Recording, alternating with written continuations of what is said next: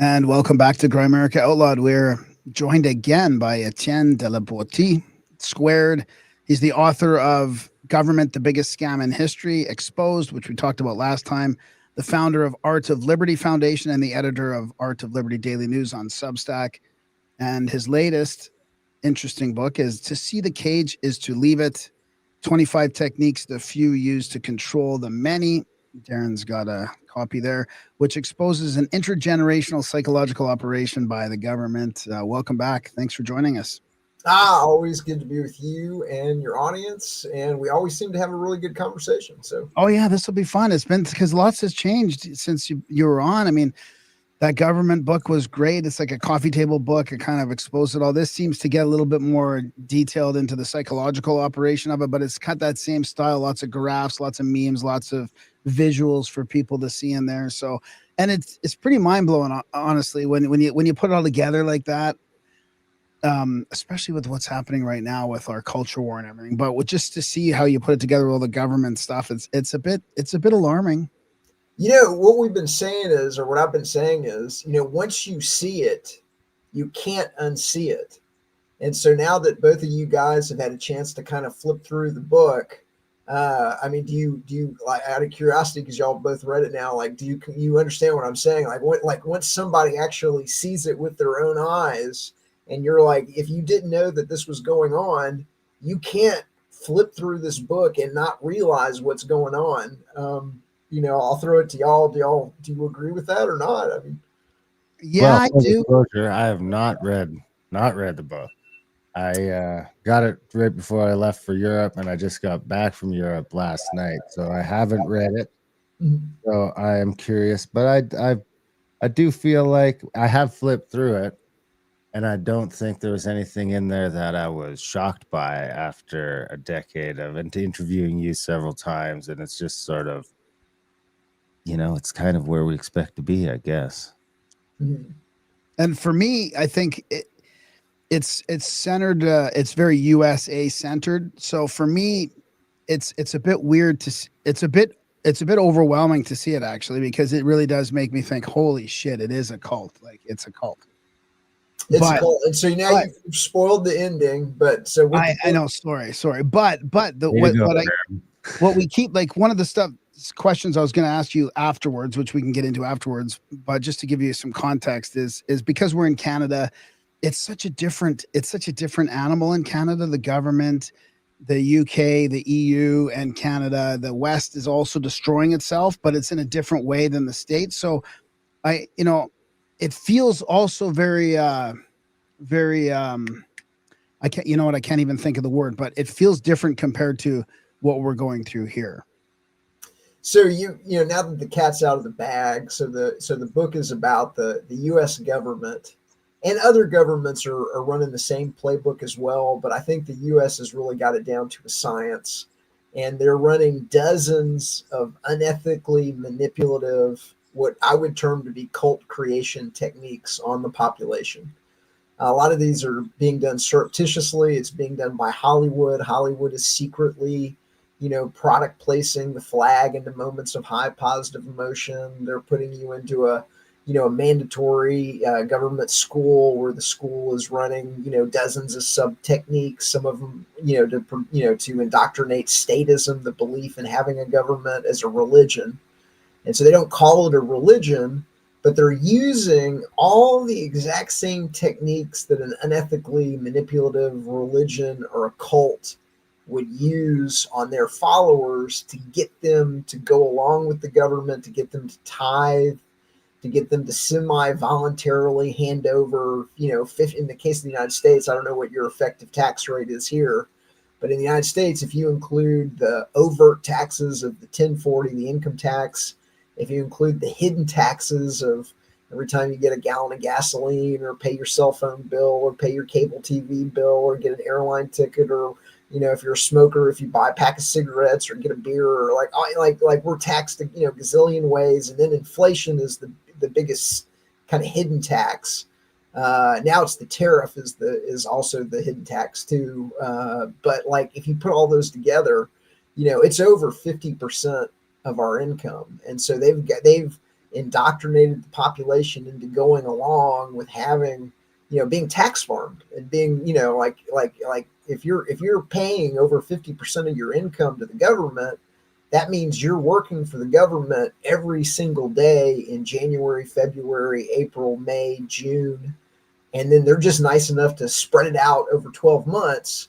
But it is tax slavery, and they get the population to go along with it because they're running these tricks and techniques on the population. And so that's what the book breaks down. Which I could almost be okay with, if it was just that, if we were going to just draw a line in the sand and it was just the king's coming and he's taking his 30 or 40%, but he's just going to leave you alone other than that.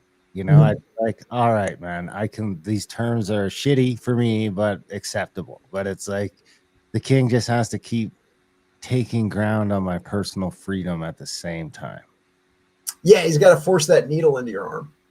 Yeah, and it's not just that, among other things. It's just sort of intrusion all over the place where you can see the clampdown on travel and all this other sort of stuff coming. It's just, if the king could just take the money, I could almost could have left that arrangement alone. Well, I think that clampdown that you're talking about is because people are starting to realize that the government is illegitimate and the government is being run as a criminal enterprise, and the government is, and so now I think they're moving to like, how do we really lock it down? How do we have 100% absolute control using technocracy, using programmable digital money, using a Chinese style social credit score, using the ability to, to turn off people's ability to buy and sell. I know in the case of the trucker protests in Canada, they went and turned off people's bank accounts. And so now they're realizing that the population is onto them. And now we better bring in 100% total control using the technocracy and the digital ID and these things, because the population's about to throw us up against the wall if we don't. Well, that's okay. I'm gonna ask you these questions now. Then, before we get into the deeper contents of the book and stuff. So, the 25 things that you've laid out here. So, what I was thinking of is the U.S. has an archetype or maybe even egregore of freedom. Now, whether that's false or not, it's there. And Canada and the UK and let's say part of the West in the EU doesn't have that. And it's being destroyed right now. So I'm having a hard time reconciling like how they're overtly and visually destroying the West, like in front of us. And so for me, sometimes I look at the States and I go, man, that really does have more of what I want compared to what's happening in the West. The States have a little bit more autonomy than our provinces have in Canada. And they're at least talking, like they're not talking about destroying it. Like in the West, besides the States, like they're literally saying like, we're going to destroy your culture. We're doing it now. We're going to do it. So like, how do you reconcile the difference there between these different governments? Because I would sort of combine like the governments of the West as one kind of also egregore, which is based on, to me, it's like more overt lies and a wrong not that the philosophy of the States is right either, but you understand what I'm saying? It's more of a directly wrong sort of philosophy. It's like, we're just going to inject all these immigrants in your countries. We're going to ignore crime. We're going to have 2-tier justice systems. We're going to legalize all the hard drugs. Like, and there's arguments for both sides of these too, but it's not, whatever they're doing is just not working. And it hasn't been working for like 10 or 15 years and it's destroying it. So. Well, the analogy that I like to use is one that I've stolen from your fellow Canadian Stefan Molyneux. Yeah, and I really like his analogy of you don't think of there are all these different countries in the world. Think of different tax farms, and so think of that all these different countries are essentially running different variations of government on their population. So government is best thought of as a technique for kind of robbing and controlling populations, but there's local versions of government where the local mafia families that are running that particular country, the Bronfmans in Canada is, as one example, or Mark Carney's, or, it's a little bit different than the version that we're running, which is a little bit different than the version that the Nordic states are running, which is a little bit different than the version that the Mexicans are running. But at the end of the day, they're all running kind of the same game, which is, we're going to put you in a mandatory government school. There's going to be a youth program. We're going to get you indoctrinated into you're not a free and independent human being. You're a Canadian or an American or an Englishman or whatever. And by virtue of where you're born, you now owe money to Washington, D.C. or Calgary or wherever. And based on that system, there's all these different tax farms on the world that are all, running a version of that. But the United States is kind of unique for some of the reasons that you just outlined. So number one, we were the epicenter of where the information revolution was. So they gave us the internet first, and we're all wired together. And the internet is a DARPA military. It is a military network that they let us use to, so that we can be tracked, traced, and surveilled and controlled on it. And they can algorithmically control the information that we receive to a certain degree. But at the end of the day, you are able to go, for the most part, people are able to go to almost and find out, almost anything about what's really going on. The truth is out there. The truth is not for all people. It's only for those that seek it. Ayn Rand said, the truth is not for everybody, only those that seek it. And so you can go find it on the self-directed internet. And so we were the epicenter of that. And so we're kind of waking up to the control system and the scam of government and the scam of fractional reserve banking and everything like that. The second thing that separates us is we do, to your point, is we do have this history of liberty. We do believe that we defeated the British, although that is something that is some people disagree with that and think that they won, surreptitiously, came in the back door and have put the same British system, feudalism system in place through stealth and afterwards. But we have a history of liberty, and we are armed to the teeth. So we're one of the last few populations that are armed, and we have the most powerful military in the world. So if the United States ever got control of the military and the federal law enforcement agencies, if we were able to wrest it away from this organized crime system that has been tax farming and robbing us and stealing the value out of the money and everything else that we're doing, and we had the armaments, the military at our disposal, we could go anywhere on this planet and we could round up this organized crime system, air mobile, air cav, dun, dun, dun, dun, and so we're really the most dangerous plantation out of all of the plantations that they're managing. And so what I think is going on in the United States is, I think hey, why don't we just knock this one over? Why don't we collapse the currency? Why don't we bring in, why don't we debase the culture? Why don't we leave the borders wide open and bring in, immigrants? Why don't we divide and conquer the population on the issue in the next presidential term? Why don't we, because this tax farm is our most problematic tax farm, let's just go ahead and bring it down. Yeah, we're going to take a haircut on our investments in that country. We may lose a couple of zeros after it's all over. Let's try and hold on to all of the real assets that we stole with fractional reserve dollars. Let's try and hold on to the plant, the property, the equipment, the real estate, the precious metals, the everything like that. But let's wipe them out so that we don't have to worry about them wiping us out. So, okay, let me ask it this way, more of a philosophical why question. So why would the rest of the tax farms in the West then? Why? Because they could have had us. Like, this is what I can't understand. They could have had us. They could have had us if they just gave us a little bit of prosperity and stuff. They would have been able to track us and trace us. Like, it wouldn't have been so difficult. But it seems like they're purposefully destroying it, and I know there's probably a philosophy there about, okay, and then they can put in this control grid, and once the sort of the revolt happens, they can clamp down and put. But that seems really risky to me. Like, they don't really want a revolution, I would think, because we're so fragile. I mean, and I don't want a revolution anymore either. I mean, if anything goes out, power, internet, water, we're toast. Like, we're toast as a civilization. So why are they?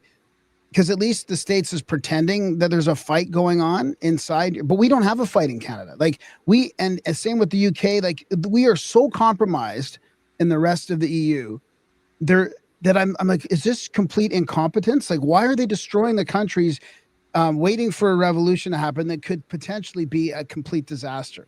So that, I guess that's what I'm trying to say. Why would they? Is it incompetence, or are they actually like just stumbling along? And this is an organic growth that happens with government, like this criminal organization, the government inevitably just gets to this point where it destroys itself. No, they're bringing in a technocracy. So like, I think they can do it. I think they can do it without a revolution. And I don't know if that's the case. And so there may very well be a revolution in the United States, because there's a lot of people that feel like I am, that understand who these people are, and that are ticked off, and we're all armed to the teeth here.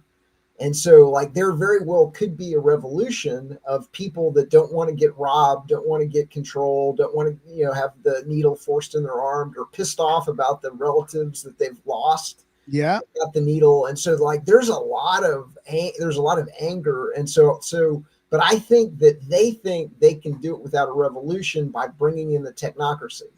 So that what they're going to do is they're slowly and surely censoring the internet, censoring the information, turning people down on social media, de-indexing them, deplatforming them, demonetizing them, shadow banning them. They're getting people, like we were talking about right before we went live, on X and on Substack and on Facebook, where they're controlling the information in the feed. Okay, they're feeding people what they want to feed them in the feed. They're platforming and shadow banning authentic voices at the same time that they're turning up controlled opposition voices, to where the majority of the population doesn't really know exactly what's going on. They don't know who to trust. They don't know which voices are controlled opposition, which ones aren't. And so like, they're in some ways they're winning, because they're building this panopticon, this control grid, this ability to control the information society receives, either through the monopolized media or the algorithmic censorship of the internet, at the same time that they're bringing in this digital prison. Slowly but surely, here comes the digital ID, here comes programmable money. I think they're going to collapse the currency here in the United States. Number one, because they've hoarded out and there's very little value left, and it's like, like all the banks have been stealing the value out of the currency by printing as much as they want and everything. And so like I think the currency is going down. I think they're trying to figure out, how do we reboot it on programmable digital money, whether that's a stable coin or whether that's a central bank digital currency remains to be seen. But they're going to get the ability to turn off people's ability to buy and sell. They want the ability to turn off people's ability to buy and sell. They want to demonetize more voices like me. They want to turn us off completely off of off the internet because of the digital ID completely. And so they're moving to that future. And so I think that they think they can do it without a revolution. I think there may be a revolution.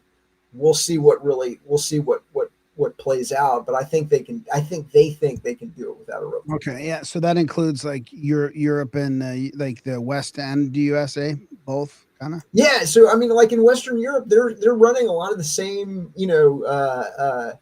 destabilization techniques on the other Western powers. They're running unrestricted immigration. They're running the same algorithmic censorship of the media. They're running the same monopolization of the media. They're using confiscatory taxation to keep their populations artificially poor. They're stealing the value out of people's money with inflationary, everybody's inflating at essentially the same rate, so that there's no lifeboat of currencies that you can jump into. It used to be the Swiss franc was like, and then they depegged it from gold, and then there's not a, like a Western based currency that is non-inflationary. So they're, everybody, they're all in on it together. They're all debasing simultaneously. They're all, most of them are running fractional reserve banking on their populations. They're all surveilling their populations. They're all moving to digital ID. So digital ID popped up in 17 countries essentially simultaneously in the past couple of months.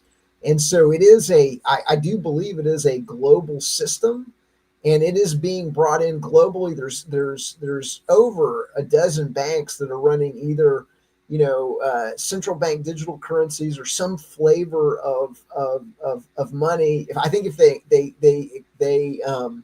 do collapse the dollar in the United States, or they have a dollar crisis, or they have a dollar devaluation, I think what they're going to do is they're going to offer the population universal basic income. We'll go, it's okay, you've lost all your money and the value of all your savings and everything, but we'll give you UBI, but you just have to have a digital ID to get it. UBI via stablecoin is kind of what I predicted. I think you're right too. That's what I think the US flavor is going to be. Yeah. So they're letting us back on YouTube. Like a lot of us have been let back on YouTube, and that's probably the easier control and corral it, instead of having everybody spread out everywhere. Like let people back in on these main platforms, and then they have a better handle on it probably. Well, they have a better handle on them, and they also have the ability to tempt the weak-minded away through the algorithmic temptations of recommended for you by YouTube on the right-hand side. So that's one. So number one, they can still, flip the knob and turn off your ability, for people to be able to organically share your content. Yeah. And so like somebody that sees this on YouTube, they could hit share, and they could share it to their channel, but YouTube's not really going to share it to their channel. Yeah. And so they would rather you get it from YouTube than get it to another platform that would actually allow the person that's watching this to physically share it to a channel. I've actually, like on Facebook, I think that's one of the reasons they keep you on Facebook. I've actually, emailed a friend of mine like a link and said, hey, watch this video. And I didn't hear back from him. And I contacted him, and we figured out that Facebook didn't send my link to him. Yeah. And so as long as they can keep people corralled on these what I think are military platforms, I think the internet was a military network. It was created by DARPA in the United States. It was originally ARPA, the Advanced Research Project Agency, that became DARPA, the Defense Advanced Research Project Agency.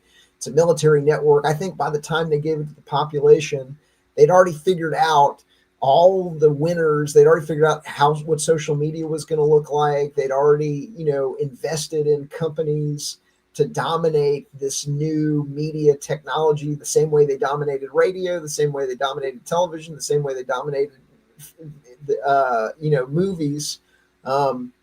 We're going to control the information that society receives, so we can lead them around by the nose. And we've been doing it since the days of the newspaper, which I broke down in my first book, Government, the Biggest Scam in History. But they've been controlling the information society receives since the days of the newspaper. They're just doing it in a more sophisticated way in the modern age. Isn't it evidence that the harder they squeeze, the more gets out through their fingers? We talked about radio, and before that print, and now we're into the internet, where the mechanisms of control and technocracy should only be getting tighter and tighter. But at the same time, information from our side, or whatever side you want to call it, seems to be at an all-time high and currently accelerating exponentially. So is that just a natural byproduct or natural consequence of their own system? Is there a point where they close the loop on that? So that's kind of funny because, so I'm an ex-networking guy, internet guy, and I used to work at global ISPs. I used to build networks for Wall Street for market data trading floor technology. And I actually think they must have been like I think it was probably 50% of the room wanted to give everybody the internet so they could be tracked, traced, and surveilled. And 50% of the room was like, no, it's bi-directional. They're going to be able to go and they're going to be able to get, we're not going to be able to censor the way that we're able to censor with 3 television networks and PBS. And so I think there was a real fight, and I don't it's either going to, and I don't, it's we don't know how it's going to end up yet. Are we going to be able to wake up enough of humanity in time before they get the technocracy control grid in place, or are they going to get the control grid in place? But that's the race that we're in right now. I have it's a not theory. clear. And there's the third caveat of if the existing infrastructure that they're trying to build the new grid on is even going to be up to the task, because I'm of the mind that we have a huge competency problem that, if the grid, like say, for example, the power grid in Alberta or the US starts to go down, they're not going to get the fucking thing back up. I mean, I would say that if we had to start from scratch right now today, the current generation could not build the electrical grid that our great grandparents built. Yeah. Or are they competent enough to do it? I mean, forget the infrastructure, the grid, because I have a theory that what you talked about, the waking people up, I think it has to happen. I've kind of come to the acceptance, and it's not black pilled. I think it's going to end up fine in the end, but we have to go through this to wake everybody up. So the control grid is going to be attempted. I just don't think they can do it. I think they're going to fail, and that failure at that massive attempt is finally going to be enough to wake the majority of people up, so that we can get some sort of combination of digital infrastructure and freedom that we want. I'm an optimist too. I actually think we win in the end, and part of the reason that I think that we win in the end, there's a couple of reasons why I think we win in the end, but one of the reasons is because government has been the biggest scam in history, and really any adult with 2 neurons rubbed together that can step back and just evaluate what they were taught as a child about the legitimacy of government or the morality of government or the logic of government, as long as they're not getting a government pay. It's a lot harder if they're getting a government paycheck, but everybody that's not getting a government pay, it's hard to get a man to understand something when his salary depends upon his not understanding it. But everybody that's not getting a government paycheck can really take a look at government in a way and say, hey, wow, that is illegitimate. That doesn't make any sense. That's wrong. That's immoral. And that's also, it's not working. It's not producing the goods. We're not getting what we wanted. It's not protecting rights. It's not limiting government. It's making things worse instead of better. And it's costing more and more money every year. We got to get rid of it. It was good. It looked good on paper, sounded good on paper. And so that's reason number one. But the other reason that I'm optimistic is because the government really is running all these techniques that I break down in the new book, To See the Cages, to Leave It.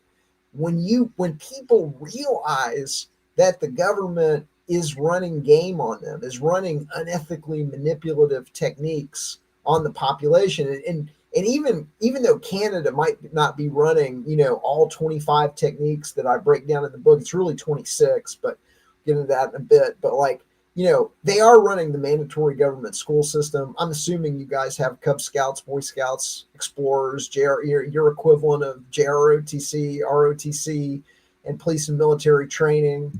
I'm assuming that it might not be all 25, but I bet that it's more like junior hockey league maybe. Yeah. The beauty about Canada is that it's just doing all those things, but it's just at such a pathetic level compared to the level that the U.S. is able to pull off things like the military. I mean, just Alberta's got 4 million people and we're 3,000 police officers short. So it's I don't know what the ratio is there, and that number just keeps going up every year. So it's I think that especially Western Canada, where it's a little less populated, there's this sort of unique thing where you could have sort of what's going on in Russia right now, where it's Moscow can make whatever crazy laws they want, but once you get 150 miles out of Moscow, there's just no real infrastructure or any sort of manpower to enforce it, and the cities sort of become the choke points. Whereas why I kind of go back, and I've gone back and forth with this, a dozen times just in the last 5 or 10 years. Whereas the states, where it does have that stronger sense of freedom, a lot more people that probably think like I do, a lot more weapons. They also have that the I guess the unknown is that same military that you were talking about. It's just like, which way is that fucking thing going to point? Because I don't want the Canadian government to point the military at me either, but at least if they do, I know it's just a bunch of jamokes with the same firepower I've got. Whereas when the US, and you see in the US, these sort of super police stations coming up where it's just like the precinct down the road has a fucking tank and a couple of weird troop carrier things, and they look like stormtroopers. So I'm constantly back and forth on whether you're better off in a country that's kind of pathetic like Canada, or one that's kind of great like America. So I've kind of decided right now it's kind of best to be in the shitty one with access to the good one that's not too hard to get to. Right. So I sympathize with you, but I guess my point is that once people realize, so the Canadian government, the people running the Canadian, when I say the Canadian government, I mean the bankers and the criminals, shadow government, not the elected people. They're like, they would love to run the exact same techniques on Canada, and they're all trying to do it, and all these countries are they beta test certain things in other countries and bring them to this country, and China uses things that we use on their population, and we use things that, like, we're now going to use social credit scores on our population, and so that all the governments are kind of in on it together. And so my point of why I'm so optimistic is that once you realize that it is illegitimate, and that these governments are trying to trick you and are trying to run a kind of pimp game on you. And a pimp game, well, I use the word pimp game because, like, pimp is someone that uses unethically manipulative techniques to get a woman to, pay him money. Okay. And the government is running pimp game. They're running a bunch of unethically manipulative techniques to get, bitch ass slaves to pay them money. Like, once you realize that's going on, nobody wants to be a bitch ass slave. Nobody wants to have game run on them. Nobody wants to be treated, like that. And so most people are out unless you're getting a paycheck from the government. And so that's why I don't think that the government is going to be able, like, I think that the knowledge of what's going on is spreading around the planet at the speed of light. And there's no way to put the genie back in the bottle. There's no way to stop it in the information age. You can stall it, you can demonetize it, and you can deplatform it, and you can shadow ban it. Okay. But all you're doing is slowing it down. It's still, it's every single day, and it's a one-way revolution. That's the kind of the final thing is, once you realize it's illegitimate, once you realize they're running pimp game, once you realize these things, nobody goes back. They don't so there's they can't, it's a one-way revolution, and so we win in the end.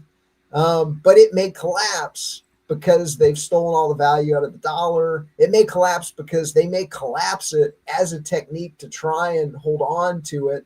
And then I think if they do that, it won't be because the collapse won't be because they stole all the value out of the dollar. The collapse will be because of the Chinese cyber attack, and then that's why they have to censor the internet, and that's why you've got to have a digital ID, and that's why you're like, it's not going to be the same internet anymore, and you're not going to be able to share certain things, and it's going to it may be a financial collapse with internet censorship because it was a Chinese cyber attack. What responsibility does the general population bear for being retarded? I mean, because there's got to be, Graham and I kind of go back and forth on this, and sometimes where it's sure we've got these people, they're doing terrible things, but at the same time, it's like 4 to 5 people, all they give a fuck about is going home and watching the football game, or going home and watching the new episode of Friends, or whatever the fuck it is, and they just don't care to take any real agency over their life or their society. So where did we sort of lose the script? And I don't mean we, by the people sitting around this table that are trying to make change and are trying to mold the world more into a way we think it should look. But the general population, I kind of go back and forth on whether we've ever been up to the task of self-governance. Even if we assume for the second that self-governance is real or was real at some step of the way, have we ever been up to the task? And if we were, when did we lose it? Well, I think we've been under a multi-generational, chemical, biological weapons program against us. I don't know. You guys ever heard the term "the little people"? Oh, like the little people do that, and the little people, like, what the little people think. The term "the little people" came out of the Middle Ages because the aristocracy was essentially keeping the serfs malnourished to where they were physically smaller than the aristocracy as a way of kind of keeping them under their thumb. Wow. They were keeping them malnourished. And so the modern version of the little people is what I call the fluoridated, vaccinated, government school, corporate food eating, television watching, dumbed down public.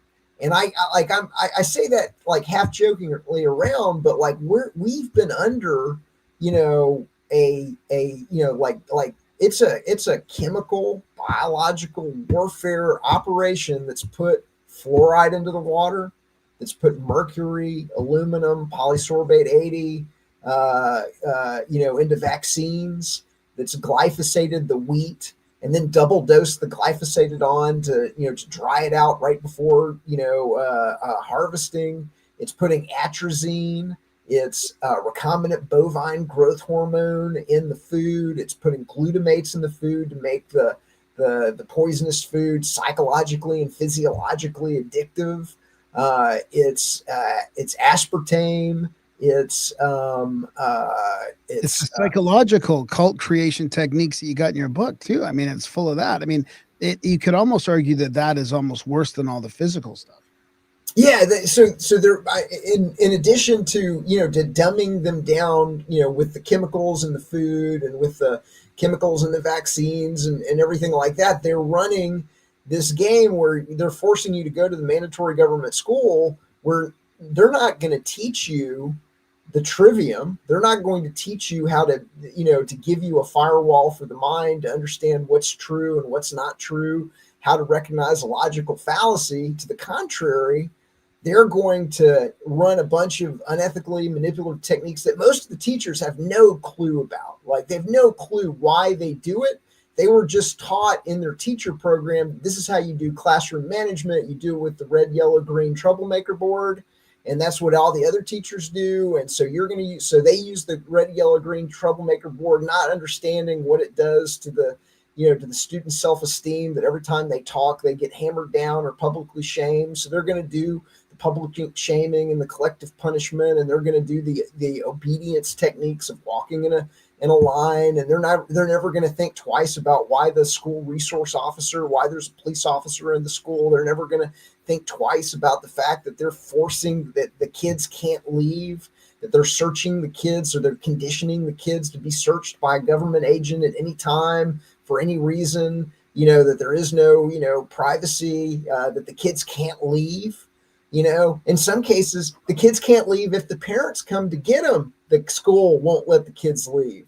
And so, like, they're conditioning a slavery mentality into the population without understanding it. So that's part of it. And so it is a multi-trillion-dollar intergenerational, psychological and chemical and biological attack on the population. So I feel like I feel, for whatever reason, it glanced off me. I mean, I feel I'm definitely got affected by the vaccines. But like for whatever reason, I can see through it. And I know there's a lot of other people that can see through it. Part of the good news, though, is here in the United States, I'm sure it's going on in Canada too, millions and millions and millions of people have taken their kids out of the government school system. millions and millions of people have gotten the fluoride out of their water. Millions of people aren't brushing with the fluoride toothpaste. Millions of people aren't giving their kids the vaccines anymore. Millions of people aren't letting their kids go into the military. Millions of people are keeping their kids out of the school. Like, so it's like there is a renaissance. There is a growing awareness that you don't want to take the vaccine, that you don't want to drink the fluoridated water. And so I think more and more people are waking up to it. And so the next generation, there's going to be more geniuses. There's going to be more independent thinkers. There's going to be more people that their parents are going to raise their kids to understand the system because the self-directed internet, because now they understand the system through the self-directed internet and the authentic voices and getting to see conversations like this and understanding what's going on. So they're going to raise their kids like that. And so there's no stopping that as well. And so we do win in the end, but like I said, it could be trouble because they've stolen all the value out of the dollar. They've kept everybody artificially poor. They've waged this economic warfare of inflation and confiscatory taxation and lockdowns and COVID bullshit and everything like that. They've impoverished the country to the point of where it may break, but hopefully we reboot on real freedom and not government, yet again. I think probably the worst offense was how fragile we've made everything based on, first electricity and then the internet. I mean, those are sort of the two things that it wouldn't really take much to completely break this thing. And then even if we do win and get past the government, it's like, how long do we get to keep the lights on and the water on and because at this point, we're at the point where the internet goes out, the fucking lights probably aren't far behind. That's true. So yes, it's funny because so I agree with what you're saying in the short term, but in the long term, what I find fascinating and interesting, at least on the electricity side, is that we are getting more and more decentralized, and you are getting more and more residential solar. You're getting more and more people with battery banks. You're getting more and more people that have the ability, whether it's, micro hydro or micro wind or, whatever it is, more and more people are becoming resilient, in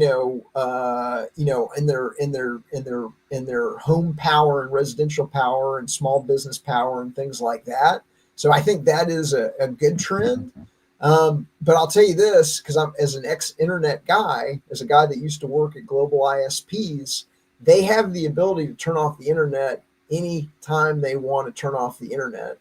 There was a revelation that came out. I don't know if you guys have ever heard of Room 641A, but a whistleblower at AT&T released the fact that the NSA had little substations at AT&T and other major internet providers. In the case of AT&T, it was in their San Francisco data center. The whistleblower's name was Mark Klein. You can go to the Wikipedia page for Room 641A. He released the wiring diagrams. He released photos of the facility. He released equipment lists. And AT&T was both splitting off the entire core route, their entire what's called the kind of like the core route of the internet, where they constantly, the internet's a network of networks, and there's 3 or 4 primary providers, level 3 and Verizon and AT&T and others, and they concentrate all of the traffic from smaller providers, and they provide exchanges where they exchange the traffic. But while it's on the core internet route, they were taking almost the entire internet, because AT&T is a huge footprint of that. And the NSA was copying it all at wire speed. And they had these boxes, on that core route that could turn it off too. And so they've already got if there was a widespread, thing, I have no doubt they're going to turn the internet off like that. If it's, and they've done it in other countries too, where in periods of revolution, in Egypt turned the internet off as one example. Like, they're going to turn the internet off if the people are about to throw the politicians and up against the wall in Washington, D.C., they're going to turn the internet off. That's where it's going to get interesting, because the thing that Egypt doesn't have is when the internet shuts off, the entire supply chain isn't brought to a standstill. Which, I mean, I was just in Toronto yesterday, walking around downtown Toronto, driving through Toronto, and it's like, man, if the power goes out, if the trucks stop coming into this city for a week, Yeah. it's all over. You're not you. I would say it's like 7 to 15 days, somewhere in there. There's a tipping point where it doesn't matter if the trucks come back on, because this bitch is already on its fucking side, and you ain't gonna tip it back up again. Yeah, we have the exact same dynamic. And because that is a possibility, one of the things that we do, I back up the book with these flash drives. We call it the Liberator, and it's got the EPUB version of the book, and it's got it's got documentaries and important books on PDF, and memes and truth music and stuff like that. But it's also got hundreds and hundreds and hundreds of prepping and survivalism and self-sufficiency, everything from how to purify water to how to get out of a city in an emergency to how to like you name it, like because that is a possibility. I'm trying to get all of my friends and all of all of our supporters of the Art of Liberty Foundation and others prepped up